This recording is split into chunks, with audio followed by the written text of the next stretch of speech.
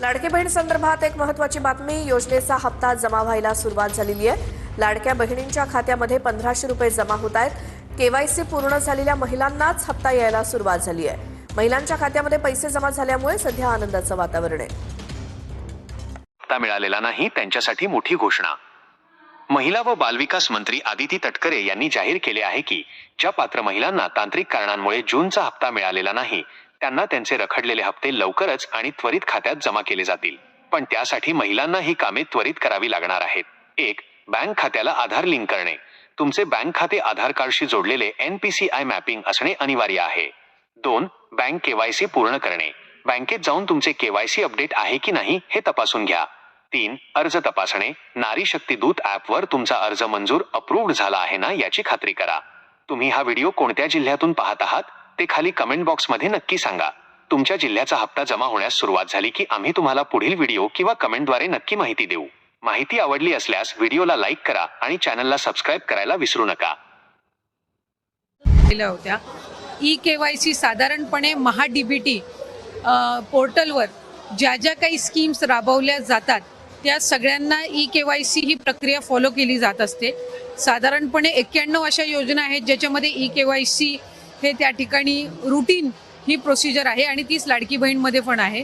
फक्त ई-KYC राबवत असताना आपल्याला UDIचे अधिकृतता घ्यावी लागते, ऑथोरायझेशन घ्यावं लागतं आणि त्याच्यासाठी साधारणपणे 118 बाबींची पूर्तता करावी लागते आणि या बाबींची पूर्तता केल्यानंतर ते ऑथोरायझेशन आपल्याला मिळत असतं आणि या संपूर्ण ऑथोरायझेशनला साधारणपणे 8 ते 9 महिन्याचा कालावधी लागत असतो. त्याच्यामुळे आम्ही ऑथोरायझेशन मिळण्यासाठीची प्रक्रिया ही 8-9 महिन्यांपासून सुरू केली आणि ती मिळाल्यानंतर आम्ही ई-KYCची प्रक्रिया ही सुरू केलेली आहे. ई-KYCमुळे ज्या लाभार्थी आहेत त्यांना अधिकचा फायदा होणार आहे, कारण त्यामध्ये वेगवेगळ्या पद्धतीचा संभ्रम हा पसरवण्याचा प्रयत्न करत आलेले आहेत. ही योजना जी आहे ही महिलांमध्ये, लाडक्या बहिणींमध्ये अतिशय लोकप्रिय आहे. महिलांना त्याचा लाभ मिळतोय. कुठेही आम्ही याच्यामध्ये लाडकी बहिणीची संख्या कमी करण्याचा प्रयत्न नाही आहे. मी म्हटल्याप्रमाणे ई-KYCतून महिलांना रेग्युलरली नियमितपणाने लाभ देण्यामध्ये, म्हणजे ज्या लाभार्थी महिला आहेत त्यांना लाभ मिळण्यामध्ये आणखीन सुलभता येणार आहे आणि या व्यतिरिक्त पुढं सुद्धा शासनाच्या ज्या वेगवेगळ्या योजना निघतील, एकदा त्यांचं ई-KYC झालेलं असेल की पुढच्या काही योजनांसाठी सुद्धा त्यांना ॲडिशनल काही प्रोसिजर्स कराव्या लागणार नाही. बोगस लाभार्थ्यांना शोधण्यासाठी गोल्डन डेटा काहीतरी आणला जाणार आहे, काय नेमकं आहे?